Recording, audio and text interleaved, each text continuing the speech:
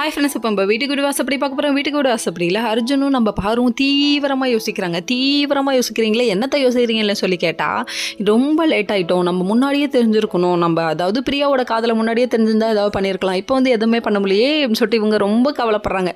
சரி, கவலைப்படாதீங்கன்னு சொல்லிட்டு இவங்களுக்கு ஒரு ஆறுதலை போட்டாச்சு. மறுநாள் காலையில் இவங்களுக்கு ஒரு வலை விரிச்சு வச்சுருக்காங்க. யார் விரிச்சதுனே தெரியாமல் இருக்கேயா, எல்லாரும் திருத்தன்னு முழிக்கிறீங்களேயா அப்படிங்கிற மாதிரி ஆயிடுச்சு.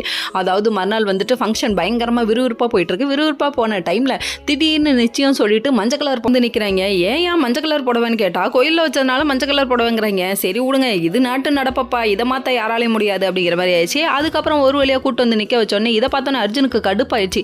ஐயோஹோ, என் தங்கச்சி வாழ்க்கையை காப்பாற்ற முடியலையே சொல்லிட்டு இவரு போய் செவுத்துல முட்டிக்கிறாரு. முட்டிக்காதப்பா, இங்கே வந்து நில்லுப்பான்னு சொல்லிட்டு ட்ரிங்னு ஒரு ஃபோன் வருது. என்ன ஃபோனுன்னு பார்த்தா அட்டன் பண்ண, நான் பேசுகிறத கேளுங்க, உங்கள் தங்கச்சிக்கு பார்த்துருக்கவேன் நல்லவன் கிடையாதுன்னு இவங்களே சொல்கிறாங்க. சொல்லும் போதே இந்த பையன் யோசிக்கிறதில்ல. அப்பா நிறுத்துங்க நிச்சயத்தை அப்படின்னு சொல்லிட்டாங்க. பொசுக்குன்னு நிறுத்தி ஏன்டா இவ்வளோ நேரம் வச்சிருக்க, உன் தங்கச்சிக்கு நல்ல வாழ்க்கை அமையது உனக்கு பிடிக்கலையாடான்னு பாட்டி பழையபடி பேச ஆரம்பிச்சிருச்சு. ஐயே யாரா இது மறுபடியும் பேசிகிட்டே இருக்கு, அது தலையை திரும்பி அந்தாண்ட போடுங்கடா அப்படிங்கிற மாதிரி இருந்துச்சு. அதுக்கப்புறம் கடைசியில் சரி போதும் விடுங்க, பாட்டியாச்சே வயசானவங்களாச்சு அதனால விட்டுருன்னு மன்னிச்சு விட்டாங்க.